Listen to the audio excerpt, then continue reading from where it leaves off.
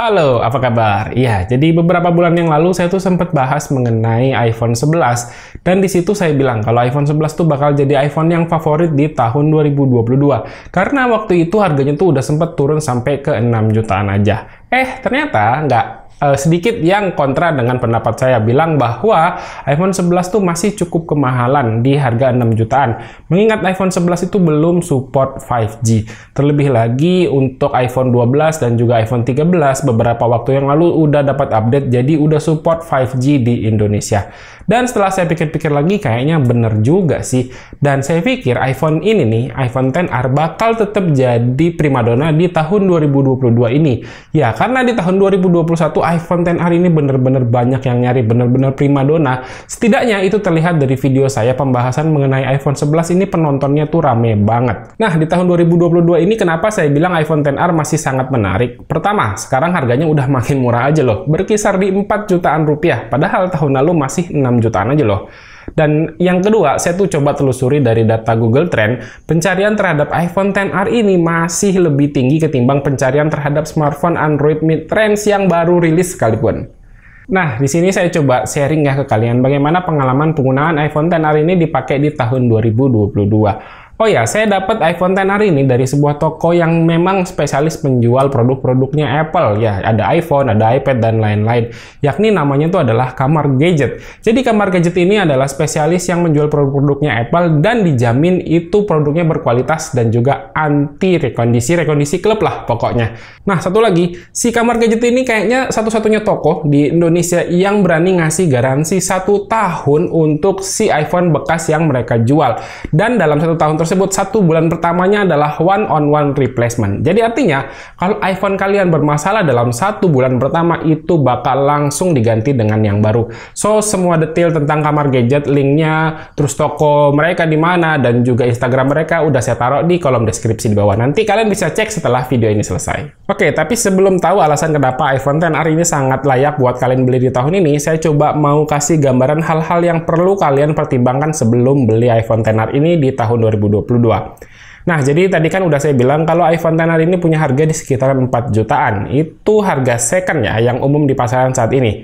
Terbilang lumayan untuk sebuah HP second. Emang sih harga 4 jutaan itu bisa dapat HP Android mid-range yang kondisinya baru. Nah, kerennya si iPhone XR ini ternyata masih bisa bersaing banget dengan HP Android baru rilisan 2002 dan di kisaran dengan harga yang sama ya.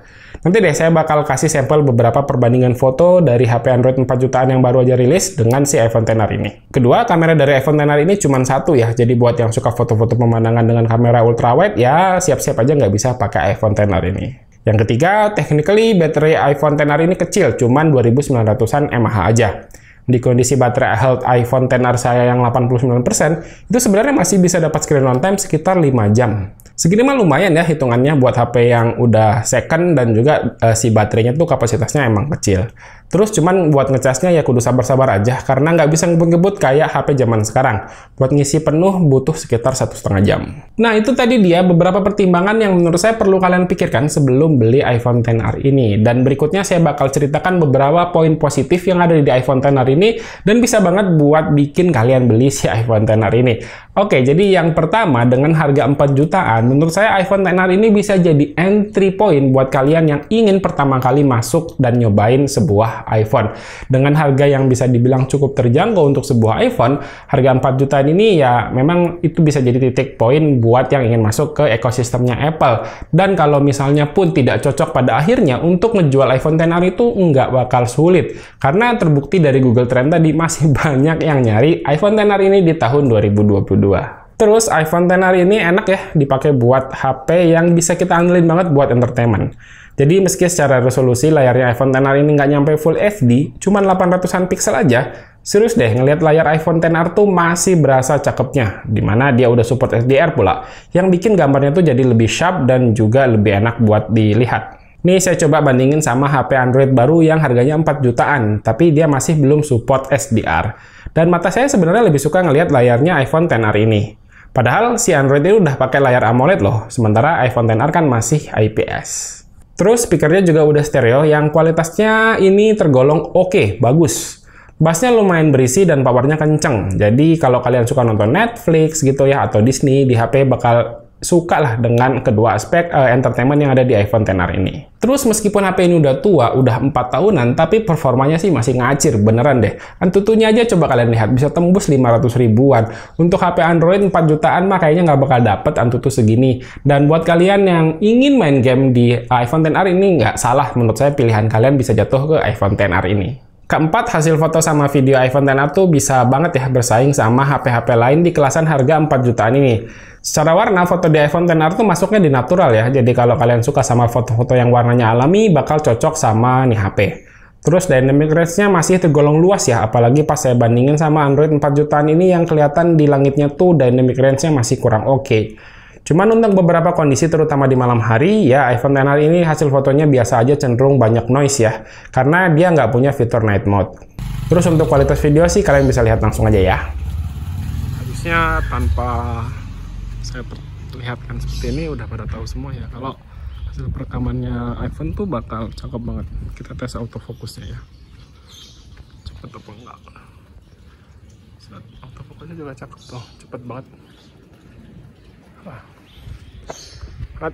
Masih bisa diandalkan banget lah ini untuk kalian pakai buat ngapain aja, ini masih sangat oke. Dia mau kamera belakang mau kamera depan itu sama bagusnya, sama stabilnya. Kalau kamera depannya seperti ini, aduh silau banget, panas. Kalian bisa lihat stabilnya sama sih, depan belakang enak dipakai. Buat vlog enak, buat bikin video apa aja sih harusnya bisa sih, karena ini sangat bisa diandalkan. Intinya sih nggak usah diragukan lah untuk kemampuan perekaman video dari iPhone XR ini. Silau. Oke deh. Nah, terus yang terakhir biasanya update OS di iPhone itu kan cenderung panjang ya, jadi ketahanan atau daya tahan pakainya tuh bisa lama banget. Jadi iPhone itu bisa dapat update OS sebanyak 6 kali. Jadi kalau dihitung dari tahun 2018 rilisan iPhone XR ini, artinya iPhone XR tuh harusnya minimal masih bisa dipakai sampai tahun 2024 atau bahkan bisa sampai tahun 2025. Nah, itu dia tadi beberapa poin yang perlu kalian pertimbangkan dan juga beberapa poin positif yang ada di iPhone XR ini. Dan menurut saya sih, saya setuju ya kalau iPhone XR ini bakal masih jadi favorit dan masih sangat layak untuk dipakai di tahun 2022. Dan ya, seperti yang saya bilang tadi, iPhone XR ini sepertinya bisa jadi entry point buat kalian yang ingin nyobain produk Apple pertama kali. Karena secara harga ini udah cukup lumayan terjangkau di 4 jutaan. Terus secara performa dia masih sangat ngacir, kameranya bagus, layarnya juga oke. Jadi ya nggak ada salahnya untuk nyobain iPhone pertama kali itu dimulai dari iPhone XR. Dan kalau kalian mau beli si iPhone XR ini, ingat kalian belinya di Kamar Gadget karena mereka tuh berani ngasih garansi 1 tahun untuk semua produk iPhone yang mereka jual. Oke, segini aja ya untuk video kali ini. Semoga video ini bisa membantu kalian untuk beli atau tidaknya si iPhone XR ini. Dan kalau beli, sekali lagi lihat link yang ada di kolom deskripsi di bawah. Terima kasih buat yang udah nonton. Silahkan like dan share video ini jika menurut kalian video ini bermanfaat. Randy pamit, sampai jumpa di video berikutnya. Yuk, bye-bye.